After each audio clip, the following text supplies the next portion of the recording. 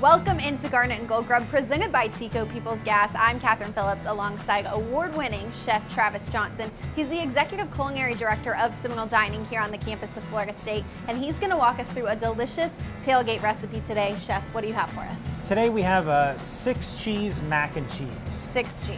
Yes. All right. Because one's not enough. And we're going to finish it with a lot of fresh herbs and aromatics, and talk about how layering of the ingredients really makes the dish what it is, from the smoked sausage that we chose the whole way through the different peppers that we chose. Okay. All right, well, let's start out. We're going to make our sauce first. And so I have a large stock pot here on medium heat. And I'm going to start out with my fats. So in here I have equal parts half and half and equal parts heavy cream. And as we're warming this up, we never want to bring the cream to a boil, just always to a low simmer. And as this warms up, we're going to incorporate all the different cheeses. And so the cheeses we're using today, we have a pepper jack, Monterey Jack, Swiss, cheddar, Boursin cheese. So what is Boursin cheese? Boursin is a soft Italian cheese, and it's absolutely one of my favorite cheeses. It looks good. It's great on anything. Okay. All right, we have a low simmer here, and now we want to start adding in the cheese. And I chose to use slices today. You can also use shredded cheese. The slices just melt a little bit better for me as you're incorporating them in. It's always important to just put a little bit in at a time. And you're cooking on natural gas, so what's the advantage of that?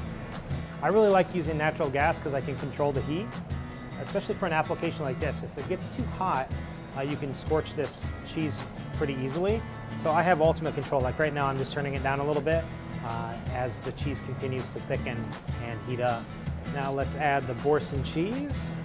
This is truly one of my favorites. If you haven't tried it yet, you have to give this a shot. Drop this in. All right, you can see how creamy this has gotten. What we're gonna do next is take this and set it on low, and we'll start incorporating all the other ingredients, okay?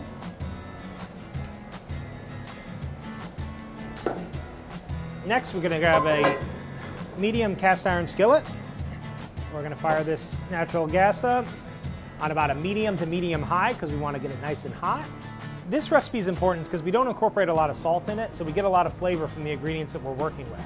So the smoked sausage that we chose today was a Southern style andouille, which has a lot of your salt content and a lot of the flavor already in it, so you can limit the amount of salt you put in. Gotcha. We're gonna add this to the skillet. Next, we're gonna add in our onions, because our onions are gonna need to cook just a little bit longer than the other ingredients. And as the onions cook, they're gonna caramelize, and you're gonna get some of those good sugars, and they're gonna turn more of a translucent color as you're cooking. So we'll let that cook for just about a minute or so. All right, now our onions have already cooked down. You can see how they're turning brown and a little translucent and giving off some of those good aromatics. Next, we're gonna go with the peppers. We're gonna start out with our bell peppers, our red and our green, because they're the most durable. These are gonna cook for about a minute and a half. And you can see they're starting to cook down. You start to see all the different colors, and they're really starting to smell really good. Now I'm gonna turn that heat down from a medium high to about a medium, and we're gonna put in the rest of our peppers. So we have our jalapenos and our poblanos.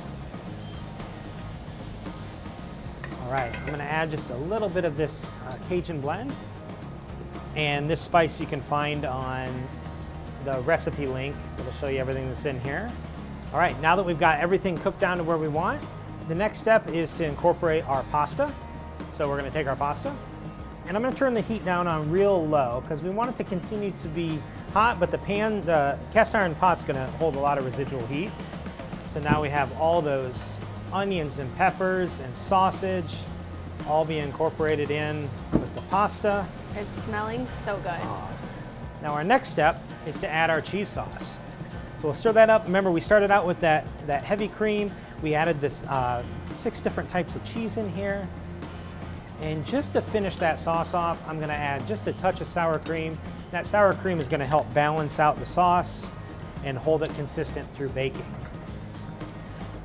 All right, that sauce looks good. Ooh, it smells wonderful. Let's go ahead and add that in. I'm gonna turn that heat off. That smells wonderful. All right, now we're gonna take the last of our shredded cheese. We're just gonna fold this in, and we're gonna bake this in the oven. Now, everything is already hot, so when we put it in the oven, it's not gonna take very long, 5 to 7 minutes or so, because all you're really gonna do is brown the cheese and caramelize the top, and it's all ready to go. All right. So let's get this in the oven. All right, let's check out the mac and cheese. Let's do it. Wow, that looks incredible. So good. That cooked for about 5 to 7 minutes. Again, we were just melting the cheese and bringing everything together. So let's finish it off. We have some fresh herbs today. So we have a little bit of green onion and some fresh parsley. And these aromatics not only gonna make it look good, but add some extra flavor that we're looking for as well. So what do you think? We try it out? I'm ready. All right.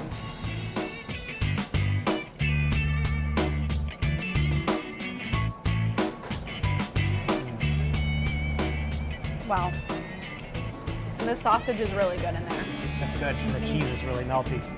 For full details on this recipe and more information on how you can incorporate natural gas at home, at your business, or at your next tailgating event, go to peoplesgas.com/cooking.